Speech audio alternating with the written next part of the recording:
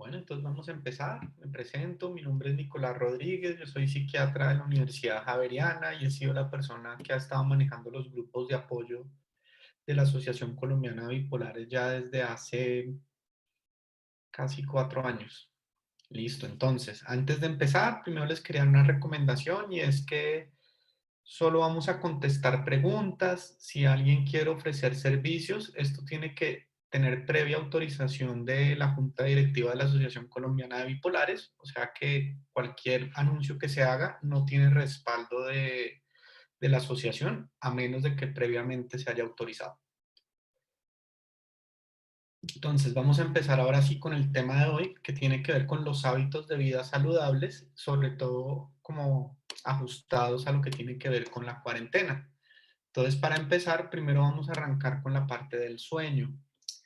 El sueño, como ya lo hemos hablado en los grupos, es fundamental en el trastorno bipolar, ya que tiene doble función, porque puede ser un detonante de crisis, así como también puede ser un síntoma de crisis. Entonces, por eso la regulación del patrón de sueño es algo muy importante y todos ustedes tienen que tener muy presente cómo están durmiendo y las alteraciones del sueño siempre deben tenerlas en cuenta, porque como les digo, la gran mayoría de las crisis pueden empezar con alteraciones del patrón de sueño.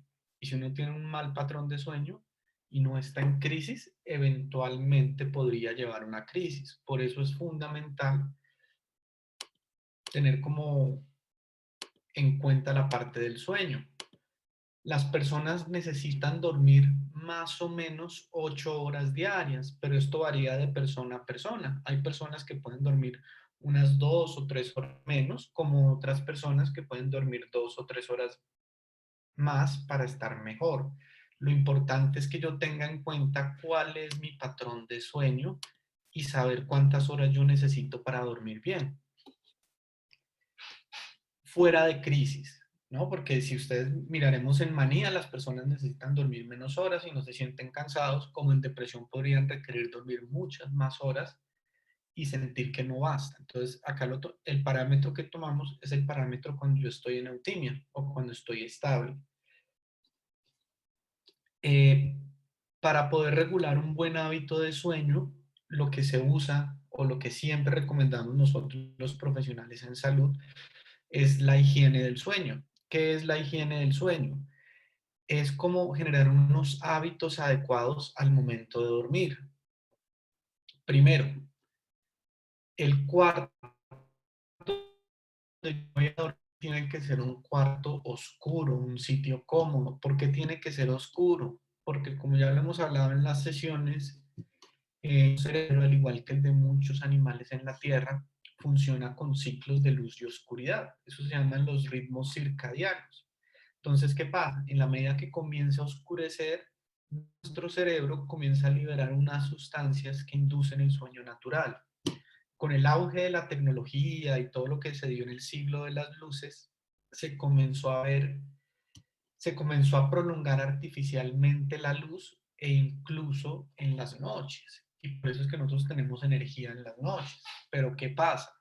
Si nosotros al momento de dormir tenemos estímulos luminosos constantes, esto nos podría alterar el patrón de sueño porque nuestro cerebro se confunde y piensa que no es momento de dormir y esto puede generar que esto me altere el sueño natural. Por eso es muy importante a la hora de dormir que sea un sitio completamente oscuro. Y por eso también es muy importante al momento de dormir evitar estar expuesto a pantallas, ya sea televisión, ya sea eh, los celulares, las tablets. ¿Por qué? Porque estos son estímulos luminosos constantes que pueden confundir nuestro cerebro. Y por eso al momento de dormir no es recomendado como ver el celular mientras me coge el sueño o, o ver televisión mientras me quedo dormido, porque esto puede alterar el patrón de sueño. No sé si a ustedes les ha pasado alguna vez que se han quedado dormidos con el televisor prendido y qué pasa más adelante. Eso puede generar micro despertares y hacer que la persona, aunque esté dormida, no sea un sueño reparador. Entonces, por eso es muy importante evitar completamente estos estímulos. Si por alguna razón yo no quiero dormirme inmediatamente, quiero ver televisión, la recomendación es tener un sitio para ver televisión que sea diferente al del cuarto.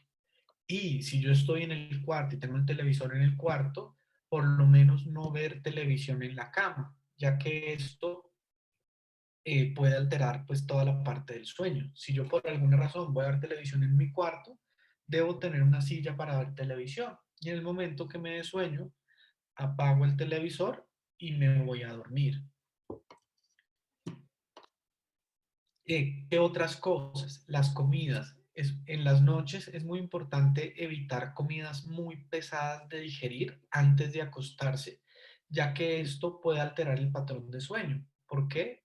Porque la gran mayoría del flujo sanguíneo se va a ir al sistema digestivo para digerir la comida y esto puede hacer que el sueño en esos momentos no sea reparador. Comidas pesadas son comidas de alto contenido proteico, las carnes, sobre todo las carnes rojas, porque esto, si uno las come antes de dormir, puede generar alteraciones del patrón de sueño e incluso en muchas personas pueden haber hasta pesadillas. Si uno va a comer una comida muy pesada o va a comer algo de alto contenido proteico en las noches, hacerlo más temprano de lo habitual y por lo menos esperar 2 o 3 horas antes de acostarme después de la comida. También es importante evitar las bebidas oscuras. ¿Por qué? Porque la gran mayoría de bebidas oscuras tienen altos contenidos de cafeína. Entonces, y la cafeína, como lo hemos hablado también en las sesiones, es un estimulante. ¿Qué quiere decir eso? Que me activa. Entonces, si llega el momento de dormir y yo tomo una bebida estimulante, pues lo que puede pasar es que me altere el sueño. Y si yo tengo problemas de sueño, pues con mayor razón. Entonces, no es recomendado ni el café, ni la Coca-Cola, ni el té, ni el té oscuro, el chocolate, porque todas estas sustancias tienen alto contenido en cafeína y nos podría alterar el patrón de sueño. Si yo necesito tomarme una bebida caliente antes de dormir, porque siempre lo he hecho y hacía con café, podría reemplazarlo por otra bebida caliente, una aromática, un té verde, ya que esto podría tener que yo tenga mi experiencia de la bebida caliente sin tener el impacto de la cafeína. Adicionalmente, como les explicaba, hay que limitar las actividades en la cama solo a dormir o a tener relaciones sexuales. Lo otro que yo haga en la cama se está haciendo de más. ¿Por qué? Porque en la medida que yo genere unos hábitos y unas rutinas, el simple hecho de irme a la cama, ya mi cerebro lo va a asociar al momento de dormir y esto puede favorecer que pueda dormir. Por eso también es muy importante tener rutinas establecidas y es dormirme todos los días siempre a la misma hora. Si yo un día me duermo a las 10 de la noche, otro día a las 2 de la mañana, otro día a las 9, otro día a las 11, esto lo que hace es que no tengo un hábito habitual de sueño y mi cerebro no sepa cuáles son los momentos de dormir. Por eso es muy importante que todas las noches yo me acueste a la misma hora, salvo situaciones puntuales como que yo tenga trabajos o cosas que tenga que hacer en la noche. Sin embargo, como ya lo hemos hablado en las sesiones, el dormir mal puede ser un detonante de crisis. Entonces es muy importante tener como unas rutinas al momento de dormir y que sean rutinas estrictas. Con esto, el simple hecho de que yo me ponga la pijama, me meta en la cama, eh, ya de por sí mi cerebro ya lo va a asociar al momento de dormir y va a favorecer que se induzca el sueño natural con las sustancias que se tienden a liberar al momento de dormir. Entonces, por eso es muy importante tener estas rutinas establecidas. Hay personas que les gusta hacer actividad física o ejercicio y eso está muy bien, pero si yo hago ejercicio antes de dormir, puede pasar que me active, porque el ejercicio es activador. Entonces, si yo hago ejercicio antes de dormir, esto podría alterarme el sueño. Por eso, al igual que la comida, si yo hago ejercicio en las tardes o por mi trabajo no lo puedo hacer en las mañanas, por lo menos dejar un espacio de 2 horas entre el ejercicio y el momento de irme a dormir. Con esto, pues evitamos la activación del ejercicio. Si por alguna razón yo estoy acostado y no logro dormir y no voy a dormir más y decido ver televisión, La recomendación es nuevamente evitar ver televisión en la cama. Si eso llega a pasar, pues me levanto de la cama y voy a un lugar, me siento en una silla, veo televisión un rato, hasta que me dé sueño, apago y vuelvo a ir a dormir a la cama. También no es recomendable leer en la cama, porque la idea es que el cerebro asocie la cama y el ritual de sueño al momento de dormir. Con esto, todo esto va a favorecer el sueño natural. Em, ¿Qué más cosas de sueño? También, si yo tomo muchas bebidas en la noche, esto podría pues hacer que en algún momento en la madrugada me den muchas ganas de orinar. Entonces también sería recomendado como limitar la cantidad de bebidas que yo consumo en la noche. Todos los seres humanos en la madrugada alteramos la secreción de una hormona que se llama la hormona antidiurética. ¿Y eso qué hace? Que se aumente la liberación de fluidos, entre esos la orina. Y por eso es frecuente que cuando nos levantemos con ganas de orinar. Entonces, si yo consumo muchos líquidos en la noche, cuando llegue este momento, obviamente va a generar ganas de orinar y eso podría favorecer el despertar temprano. Si yo comienzo a tener alteraciones del patrón de sueño, si es una vez que yo paso una mala noche, eso nos puede pasar a todos y puede ser normal, pero si yo comienzo a notar que va una noche, dos, tres noches o cada vez duermo menos, es muy importante hacer un automonitoreo de otros síntomas, de cómo está mi estado de ánimo, cómo está mi actividad, porque como les explicaba al comienzo, las alteraciones del patrón de sueño muchas veces es el primer síntoma de una crisis de manía, sobre todo la disminución del sueño. En la depresión pueden pasar ambas, y es que puedo o dormir poco o dormir mucho. Entonces, si yo comienzo a notar alteraciones del sueño que son constantes, debo hacer un automonitoreo y analizar muy bien qué está pasando, ya que si yo logro detectar estos síntomas y son parte de una crisis y logro buscar la ayuda, esto me podría ayudar a corregir esto lo más rápido posible y evitar que la crisis avance. Eso sería en cuanto al sueño.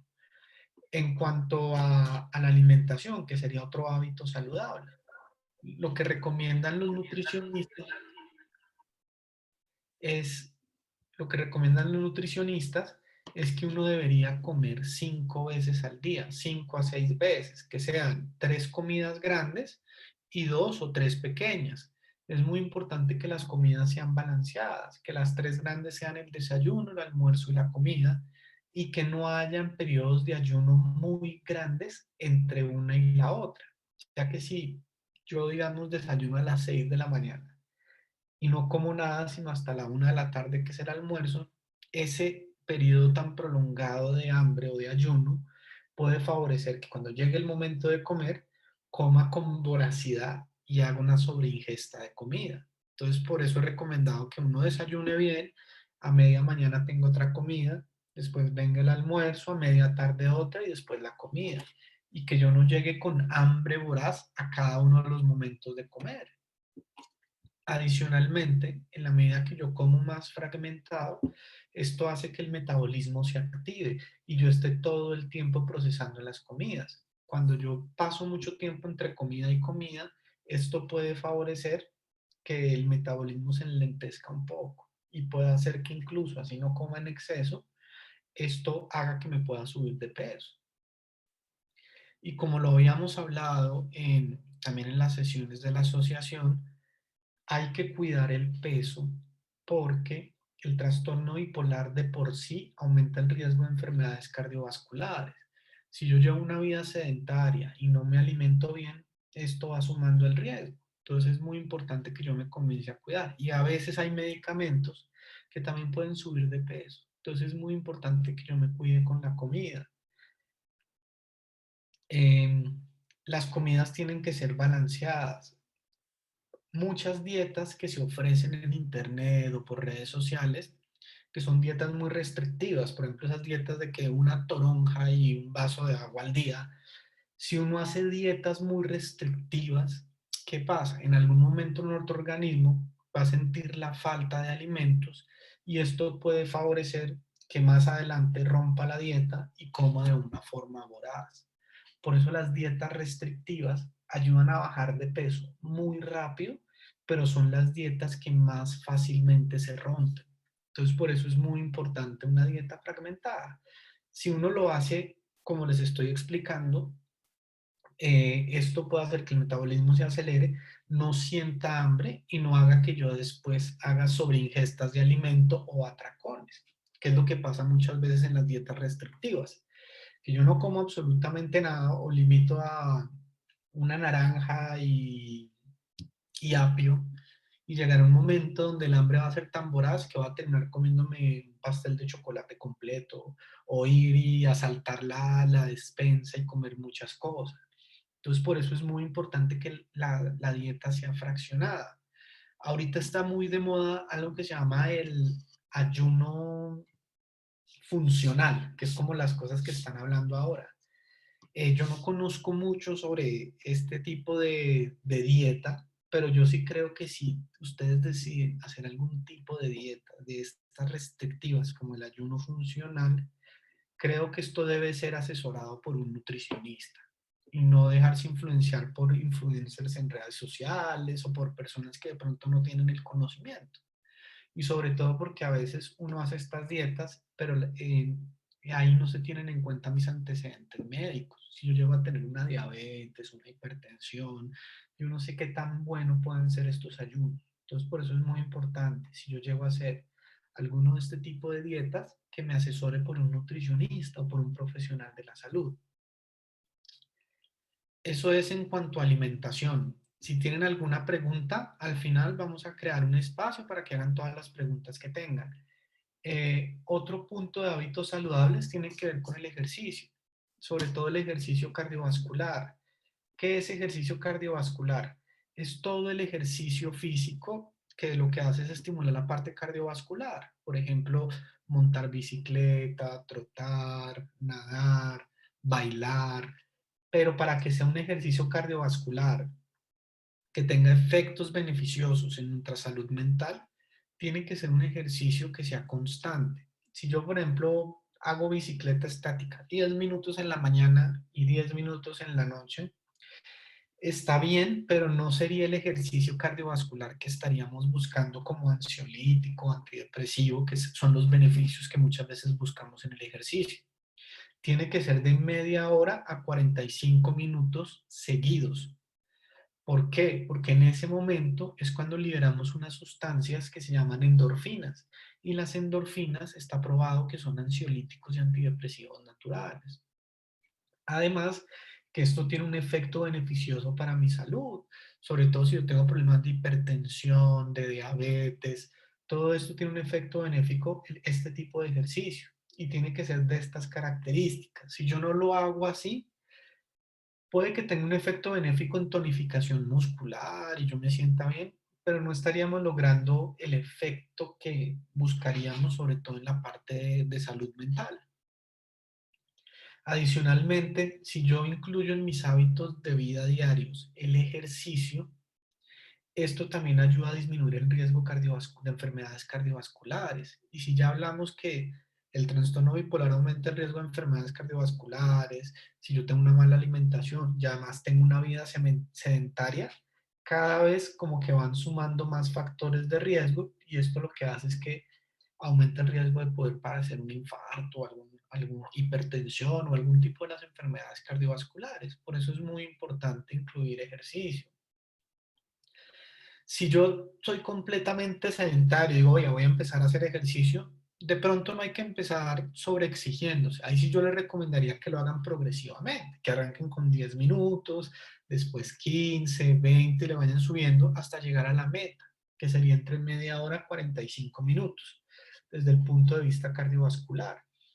Si lo pueden hacer diariamente, sería ideal. Pero si por alguna razón de tiempo, por trabajo, no lo pueden hacer, por lo menos hacerlo 3 veces a la semana, que eso nos puede ayudar a bajar el riesgo de enfermedades cardiovasculares y además que tiene un efecto positivo en mi salud mental. Y además que es uno de los pilares para mejorar, uno de los pilares de la asociación, el ejercicio. que eso tiene que ver con los hábitos saludables. Entonces ya hablamos de ejercicio, alimentación, patrón de sueño. También lo hemos hablado en otros momentos de las sesiones y tiene que ver con evitar el uso de sustancias psicoactivas. Como ya hemos hablado, el trastorno bipolar es una enfermedad que se caracteriza porque las personas por periodos de tiempo comienzan a liberar sustancias de forma anormal en unas zonas del cerebro, que son los neurotransmisores. Y eso es lo que genera los síntomas. Si yo artificialmente consumo sustancias que hacen lo mismo, la probabilidad de que esto me lleve a una crisis es muy alta. Y cuando hablo de sustancias psicoactivas, hablo obviamente de el alcohol, la nicotina, la cocaína, la marihuana, los esteroides, las pepas. Todas estas sustancias tienen efecto y pueden llevar a crisis, incluyendo el alcohol. El alcohol es una sustancia que está muy normalizada en nuestra cultura y la gran mayoría de personas consumen alcohol de forma habitual porque es algo que está muy normalizado. Pero si yo tengo trastorno bipolar o depresión y consumo alcohol, esto me puede llevar a una crisis. El alcohol es una sustancia depresora del sistema nervioso central. Si yo consumo una sustancia que deprime y yo además tengo tendencia a la depresión, la probabilidad de que esto me pueda llevar a una depresión es muy alta. Adicionalmente, del alcohol ya está estudiado que incluso en personas que no tienen trastorno bipolar, si lo consumen de forma crónica, puede llevar a deterioro cognitivo. Incluso hay una demencia por consumo crónico de alcohol. Entonces es muy importante limitar este consumo. Y si tengo problemas con el consumo de alcohol, es muy importante que yo lo hable abiertamente con mi psiquiatra para que se maneje esta situación, porque esto podría estar descompensando. Y si sumamos todo esto al momento de cuarentena, el consumo de alcohol, más la ansiedad y los temores que de por sí están por la situación que estamos viviendo, esto podría llegar a descompensar. Entonces es muy importante evitar el consumo de sustancias psicoactivas, porque todo esto puede tener un impacto negativo en mi salud mental. Entonces, lo recomendable sería cero alcohol. ¿Qué pasa con la cafeína? Como ya les había hablado en algún momento, la cafeína es un estimulante. Entonces, lo ideal sería evitar el consumo de café o de bebidas que tengan cafeína. Si es algo que para mí es muy difícil de dejar, por lo menos minimizar el consumo y hacerlo en los momentos que menor impacto tengan en mí. Por ejemplo, en las mañanas, que sería el momento donde de pronto el efecto activador de la cafeína podría ser beneficioso. O pasar a café sin cafeína. Con eso yo puedo tener la experiencia de un café sin necesidad de que esto me active. Con la cafeína pasa una cosa y es que la sensibilidad a la cafeína varía de persona a persona. Hay personas que con un café ya se alteran, como hay personas que se pueden tomar tres o cuatro y no sienten mayor cambio. Yo también debo conocerme a mí mismo y ver qué tanto impacto tiene la cafeína en mi cuerpo. Si yo soy una persona que no soy tan sensible al consumo de cafeína, pues de pronto podría tomarme un café. Pero si yo soy una persona que eso tiene un efecto muy activador, debería minimizar el consumo. En lo posible no tenerlo, pero si de pronto es algo que es muy difícil para mí de dejar, minimizar al máximo el consumo.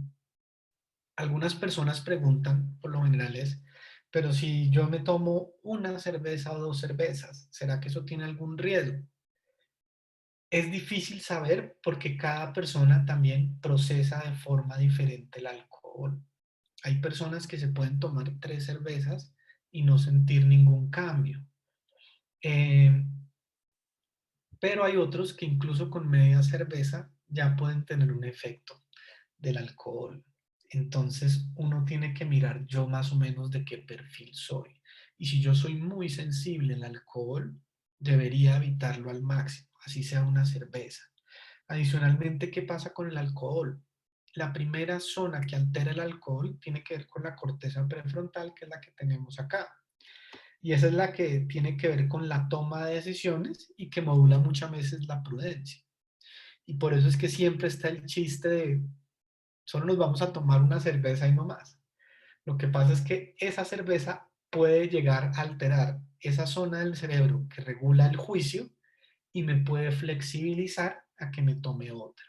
Entonces, ¿qué pasa? Yo puedo entrar en- con la disposición de tomarme solo una cerveza, pero ya esa cerveza me está flexibilizando porque ya alteró mi cerebro y hacer que me tome más. Entonces, por eso es que una de las grandes mentiras de los colombianos es que es la última y nos vamos, o yo no me voy a demorar, y cuando hay alcohol, eso tiende a incumplirse.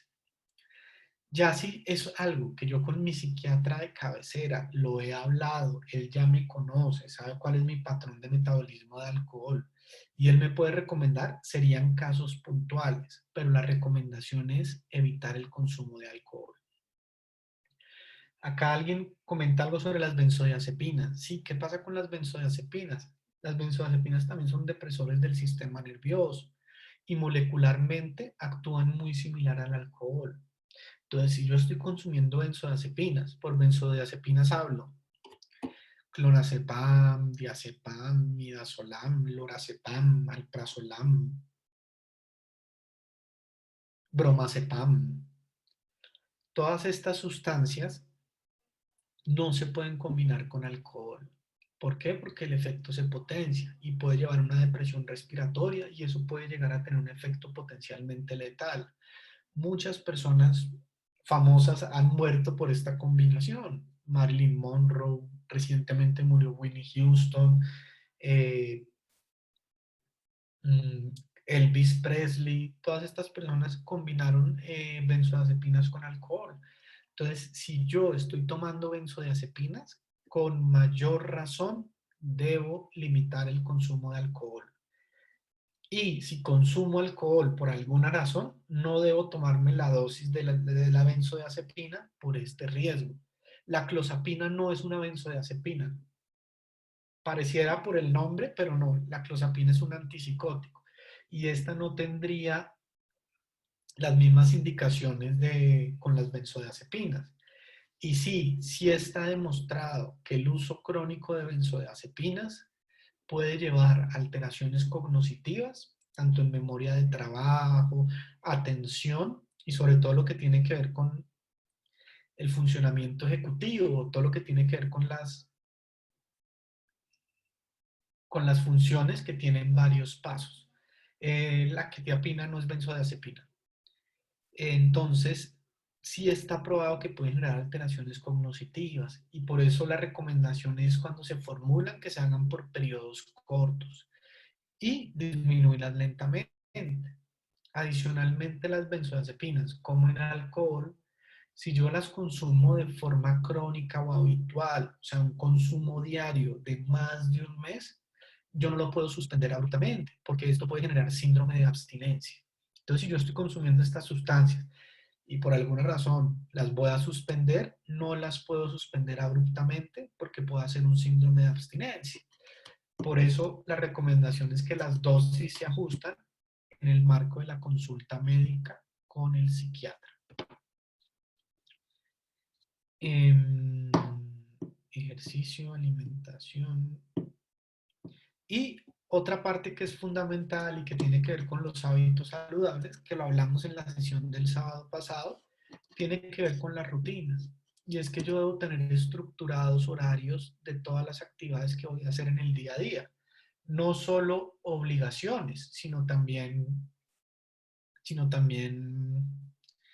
actividades de descanso, si quiero ver televisión, ver una película, leer un libro, pero tener estructurado cada día desde antes. ¿Por qué? Porque si yo no tengo rutinas establecidas, eso puede hacer que el manejo del tiempo sea difícil. Y además que la planeación es una de las cosas que más se altera en el trastorno bipolar. Entonces, yo no tengo estructurado desde antes cómo voy a arrancar cada día, esto me puede desorganizar y esto puede favorecer síntomas depresivos.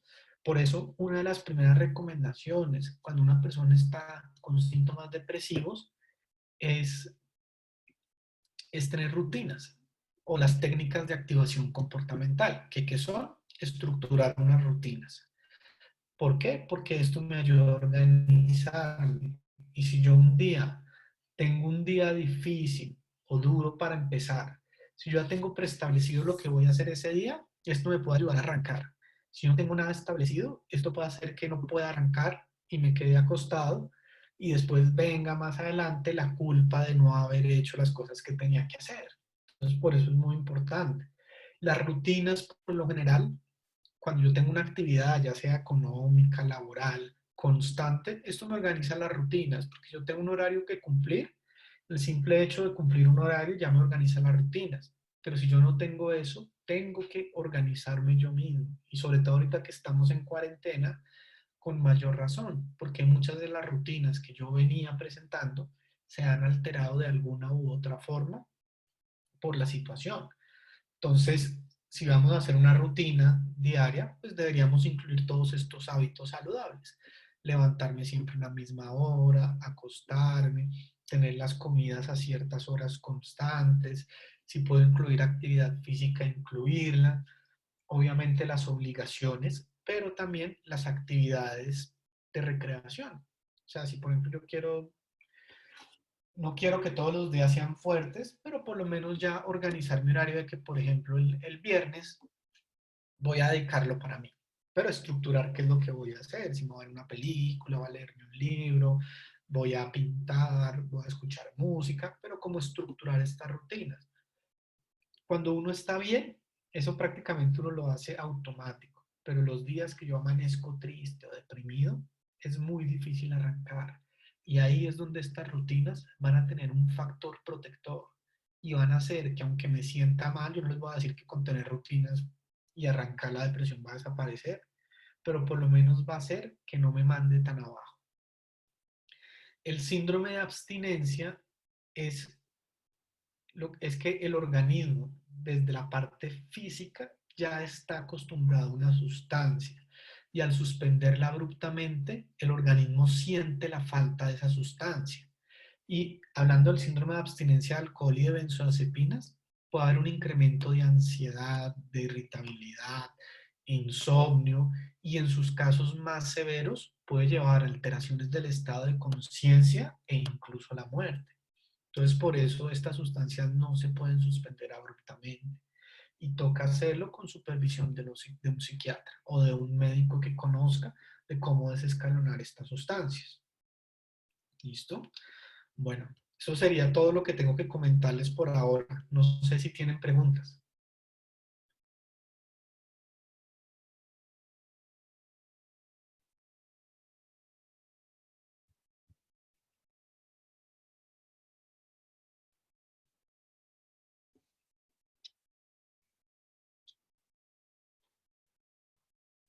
¿Alguien? ¿Alguna pregunta? Pueden escribirlas por el chat y las vamos leyendo y las vamos respondiendo.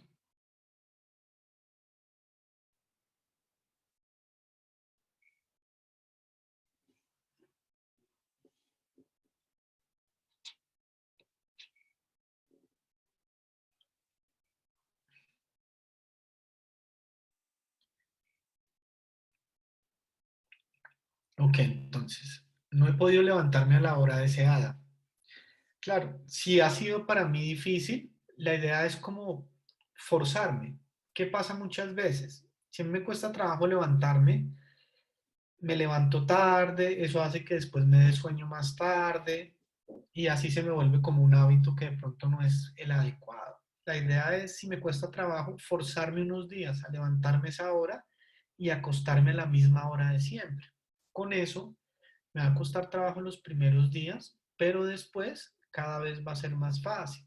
Si de pronto es una somnolencia excesiva y tiene que ver con un ajuste en la medicación, tocaría hablar con el psiquiatra para ver si de pronto puede ser un efecto secundario de algunos medicamentos, porque si hay medicamentos que pueden producir bastante somnolencia. Alguien habla que duerme 10 horas normalmente, ¿eso es mucho?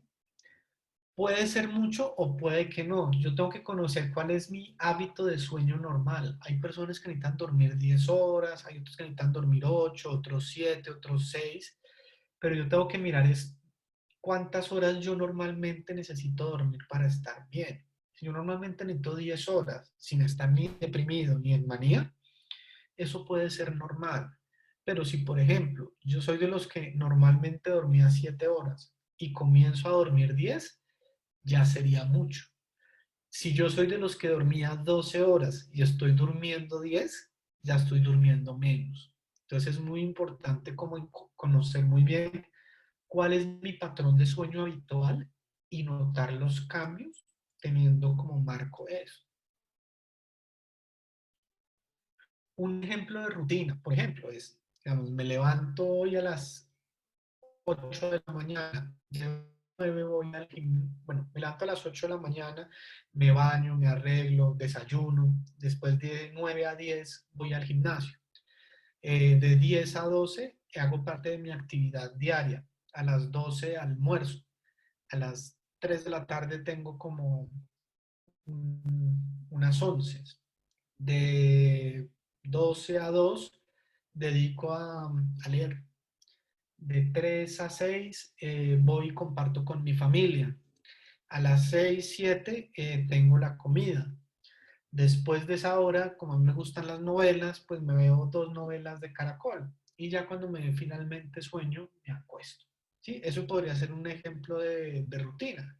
No tiene que ser esta rutina, sino cada quien organiza su rutina también de acuerdo a sus compromisos. Si yo tengo que trabajar todos los días de 6 de la mañana a 2 de la tarde, pues tengo que organizar mi rutina teniendo en cuenta ese horario. Entonces, si por ejemplo yo necesito dormir 8 horas y me tengo que levantar a las 5 de la mañana, pues tengo que acostarme más temprano para cumplir las 8 horas. O sea, eso toca irlo organizando. Al comienzo es difícil y por eso mi recomendación es conseguir como un horario de esos que uno tenía en el colegio, donde vienen los días y las horas, y eso me puede ayudar a organizarlo. Y sobre todo porque, como les decía, la planeación es una de las cosas que más se altera en el trastorno bipolar. Entonces, si yo tengo un horario ya donde yo anoto, cuando es que esos días donde estoy disperso, no me puedo concentrar, simplemente voy y miro qué es lo que tengo que hacer. Eso me puede ayudar a arrancar. Si yo no tengo preestablecido esto, si un día amanezco deprimido, va a ser más difícil estructurar el día porque parte es que no puedo pensar con claridad o me cuesta trabajo. En cambio, si ya lo tengo preestablecido, simplemente es mirar lo que hay que hacer y es casi como un piloto automático. Como les digo, no es que esto les quite la depresión, pero les va a ayudar a arrancar. No sé si les ha pasado a veces que les cuesta mucho trabajo algo, no lo quieren hacer, hacen el esfuerzo y llegan allá y no fue tan grave, ¿sí? Porque muchas veces el paso más difícil es el primero, que es el de arrancar.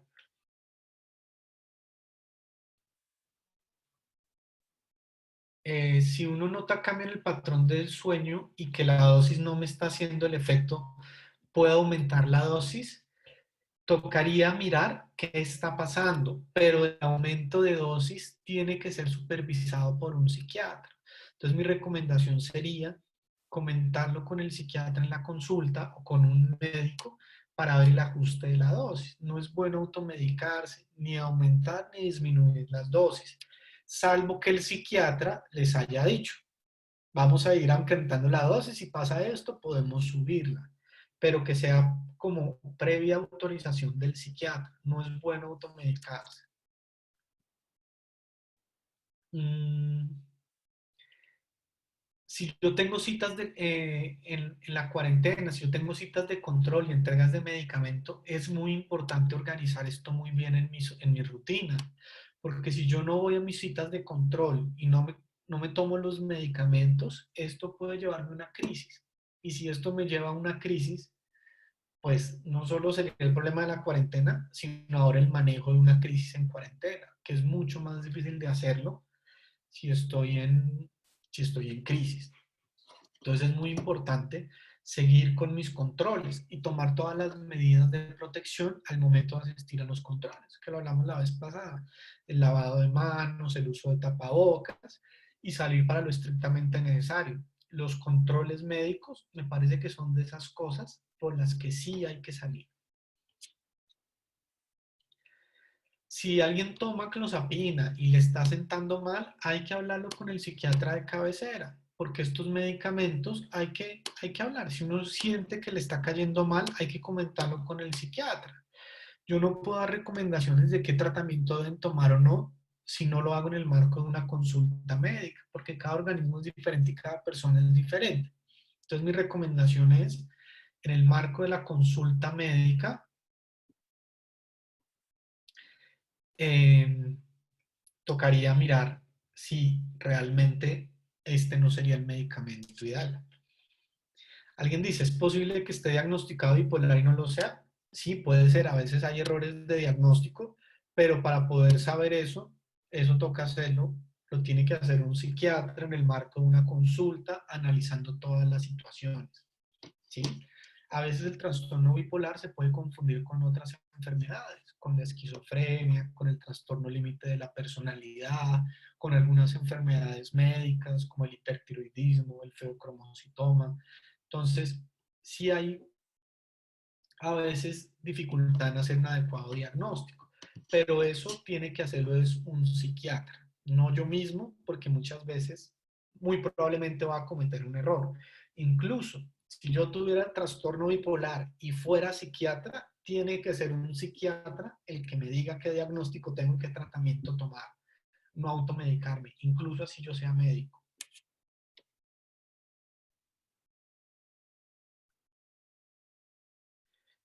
Parte de mantener la motivación con las actividades tiene que ver con la estructuración de rutinas. Si yo ya tengo todo esto estructurado desde antes, esto puede hacer que cuando aparezcan estos días difíciles sean más fáciles de mover. No puedo decirles qué actividades hacer porque cada persona es diferente. Yo podría decirles, vean cine, pero si a la gente no le gusta el cine, pues va a ser una actividad que no van a aprovechar. Entonces lo importante es que incluyan actividades que ustedes disfruten. Si les gusta bailar, pintar, escuchar música, escuchar vallenato, leer, esas son las actividades que hay que incluir para el manejo del tiempo libre. Obviamente también las obligaciones, pero también hay que incluir actividades de disfrute.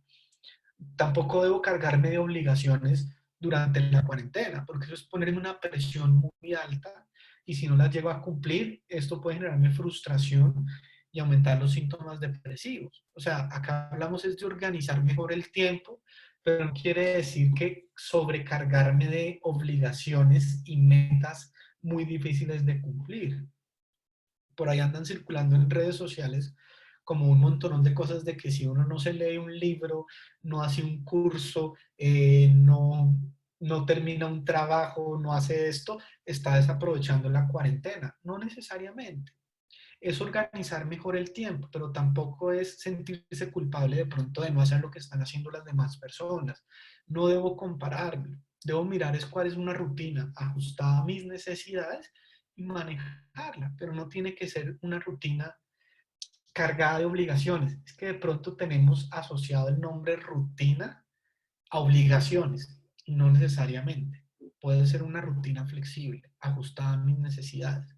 Pero lo importante es que cuando yo ya vaya a empezar cada día, tenga claro qué es lo que voy a hacer ese día.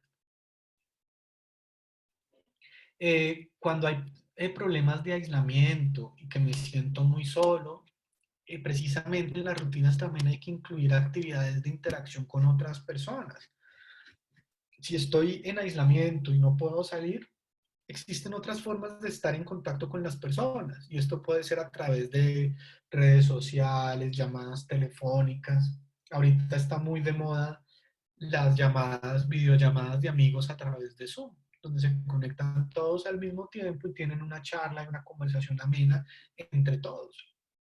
El hecho de que yo esté aislado, esté solo, no quiere decir que no pueda estar en contacto con otras personas. Ahí sí hay que aprovechar lo beneficioso de la tecnología, que esto puede favorecer que pueda estar en contacto con las personas, así esté solo en la casa. Si yo tengo problemas con mi familia y la cuarentena ha sido difícil, claro, es difícil, yo les había comentado la vez pasada que entre menos espacio haya entre personas y más en contacto uno esté con ellos, eso aumenta la probabilidad de que haya conflicto. Pero por eso es muy importante mejorar la parte de la comunicación. Y si hay algo que me está molestando, hablarlo con las personas. Obviamente desde una forma asertiva, pero es muy importante crear canales de comunicación. Si yo me siento mal con alguien y no lo hablo, la probabilidad de que esto se mantenga y más adelante se vuelva un problema puede ser mayor. Acá preguntan que si el trastorno bipolar nace o uno se vuelve. El trastorno bipolar es una enfermedad que es multifactorial, pero parte de una predisposición genética. Uno ya viene con la predisposición para hacer el trastorno bipolar. Lo que pasa es que tiende a desarrollarse entre los 15 y los 45 años, es la edad donde a la gran mayoría de personas les aparece la primera crisis. Hay personas que de pronto les puede aparecer antes, como también hay casos que aparecen después, pero es una enfermedad. Y las circunstancias externas pueden detonar las crisis, pero no son la causa. No es que yo me volví bipolar porque me separé o me volví bipolar porque perdí mi trabajo, no. Yo tenía una predisposición y esta situación me detonó la primera crisis.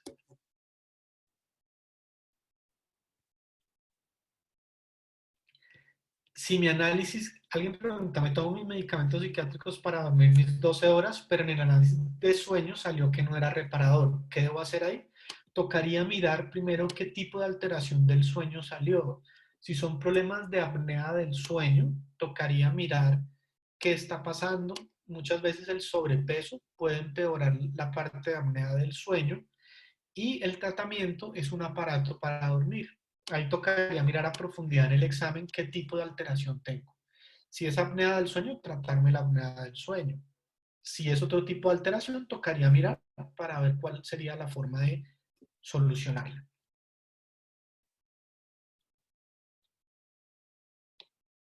¿Listo? Preguntan que si el trastorno bipolar se puede curar. Es tratable, pero es una enfermedad crónica. ¿Qué quiere decir eso? No tiene cura, pero sí puede ser controlable, como la hipertensión, la diabetes, que son enfermedades que no tienen cura, pero sí pueden ser tratadas. Y si yo las trato, puedo llevar una vida completamente normal. Pero si no las trato y no me cuido, esto puede llevarme eventualmente a una nueva crisis. ¿Es heredable? Puede ser heredable, pero no quiere decir que a todos les vaya a dar, a mi descendencia le vaya a dar sí o sí. Más o menos puede transmitirse y más o menos si yo, por ejemplo, tengo trastorno bipolar y soy el único y tengo un hijo, puede haber como un 5 a 10% de probabilidad de que a otro hijo le pueda, de que a mi hijo le pueda dar. Pero no quiere decir que le vaya a dar. Entre más personas con trastorno bipolar haya en mi familia, y si de pronto yo me caso con otra persona con trastorno bipolar, puede aumentarse el riesgo, pero incluso en ese escenario, la probabilidad subiría como un 40%. ¿Qué quiere decir eso? Que también hay un 60% de probabilidad de que no. Entonces, no es 100% heredable, pero sí tengo que estar muy pendiente si llegan a aparecer síntomas en mis familiares, porque ellos tendrían mayor riesgo, mas no quiere decir que les vaya a dar. Ahora vamos a dar paso a las preguntas de Facebook, que las va a leer Carolina. Meditar puede ayudar a estar estable, claro, pero como hablamos en otro momento, eh, la meditación es uno de los tratamientos, no es el único. Si yo, por ejemplo, hago meditación y suspendo los medicamentos, estoy descuidando el tratamiento. Acá lo que hablamos es, entre más pilares o más cosas haga, esto me puede llevar a estabilidad. No es escoger una o la otra, sino es hacerlas todas. La quetiapina no tiene sobredosis, pero ¿qué pasa? Hay personas que les pueden caer mal y si tienen comorbilidades médicas, hay que tenerlas muy en cuenta al momento de formularlo, porque esto sí puede tener un efecto negativo en mi salud.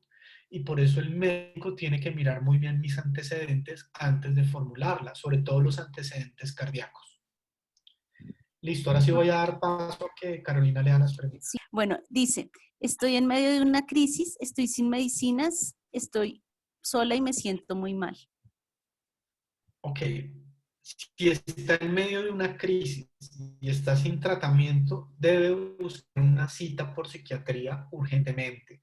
Si los medicamentos que tomamos son medicamentos que no son controlados, se pueden comprar en una farmacia. pero si la crisis está inminente, yo recomendaría incluso ir por urgencias. Sí. Bueno, la Pregúntame. segunda dice, ¿un episodio disociativo puede detonar la bipolaridad? Eh, no necesariamente. Los episodios disociativos pueden darse en el marco de una crisis de trastorno bipolar o también pueden ser secundarios a mi personalidad o a mis comorbilidades, porque a veces el trastorno bipolar va asociado a otros diagnósticos, trastornos de ansiedad, trastornos de consumo de sustancias o trastornos de personalidad. Si yo tuve un episodio disociativo y fue en el marco de una crisis, probablemente fue parte de la crisis, pero no quiere decir que un episodio disociativo sea la causa del trastorno bipolar, probablemente era un síntoma, que también habría que analizar de fondo las otras cosas que les expliqué, mirar muy bien la personalidad, si tiene comorbilidad con trastornos de ansiedad o consumo de sustancias, ya que estas tres son por lo general las causas más frecuentes de episodios disociativos. La siguiente, ¿qué hacer con una persona que tiene trastorno bipolar con episodios maníacos fuertes e insiste que solo son ataques de pánico y deja de tomar las pastillas? Ok, si son crisis de manía como tal, tiene que tomar medicamentos. Si tiende a minimizarlo y lo suspende, pues la persona está en riesgo de llegar a ser una crisis. Y si llega el punto en que hace la crisis y es muy severa, pues toca llevarlo a la clínica y hospitalizarlo. Sí, la siguiente. Ah, bueno, esa sí es como pues como una recomendación que nos hace una persona que deberíamos hacer llamadas entre nosotros para monitorearnos. Gracias, doctor. Uh -huh. Ok, acá preguntan que si los episodios tienen algún periodo o es relativo. Es relativo, pero sí se ha estudiado. Por ejemplo, una manía puede durar desde 5 días hasta 6 meses y una depresión desde 2 semanas hasta un año. Esos son los tiempos. Con los síntomas todo el tiempo, constantes. Listo. ¿Alguna otra pregunta?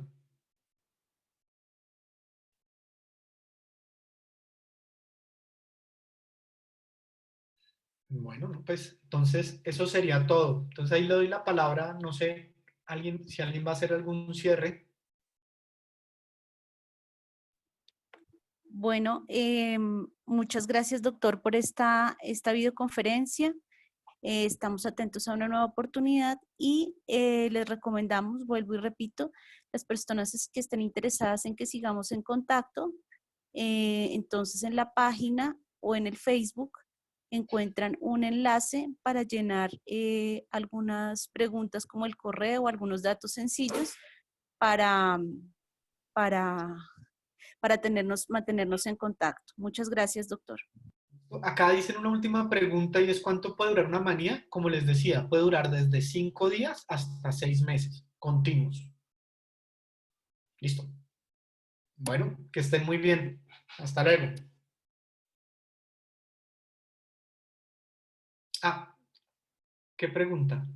Una última pregunta y ya.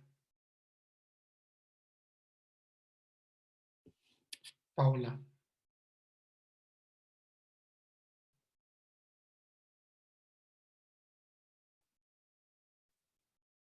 ¿Cuál es la pregunta, Paula? Anótala en el chat.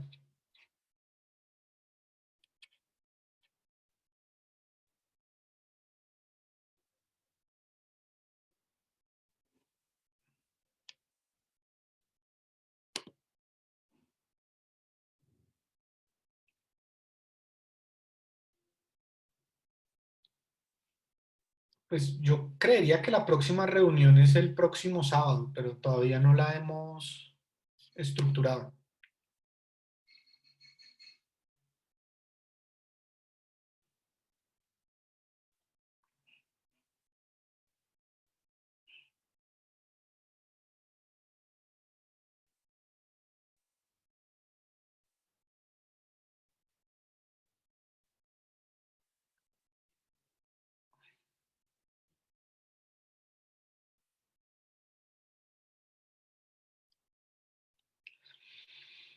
A ver, si una persona es hospitalizada y no le dan medicamentos en la hospitalización, le dan salida y no le dan tratamiento, habría que, pues, la única como situación en la que yo consideraría eso es que en la hospitalización han llegado a la conclusión de que no era un trastorno bipolar, pero no sabría cuál fue el contexto en el que se hizo ese diagnóstico y qué pasó porque pues yo no estaba en la hospitalización.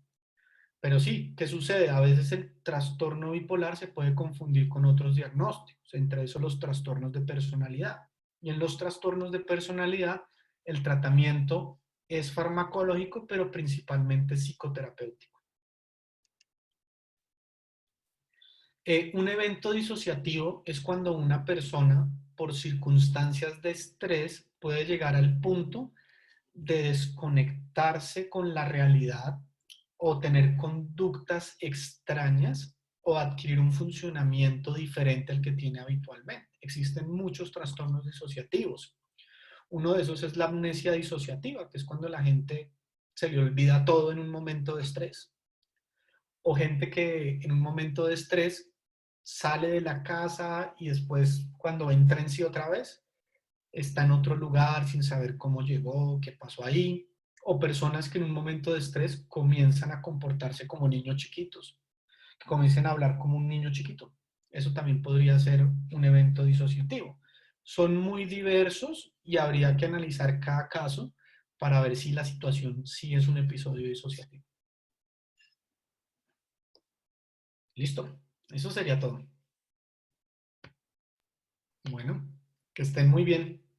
Bueno, Chao. muchas gracias, doctor. Los invitamos también a participar en la iniciativa que estamos teniendo por estos días, que compartan qué están haciendo en esta cuarentena para que todos pues podamos tener ideas de cómo estar pues digamos más tranquilos y con actividades, pues algunas actividades que nos gusten ahorita en la cuarentena. Entonces, muchas gracias, doctor, y feliz tarde para todos. Bueno, que estén muy bien. Chao. Chao.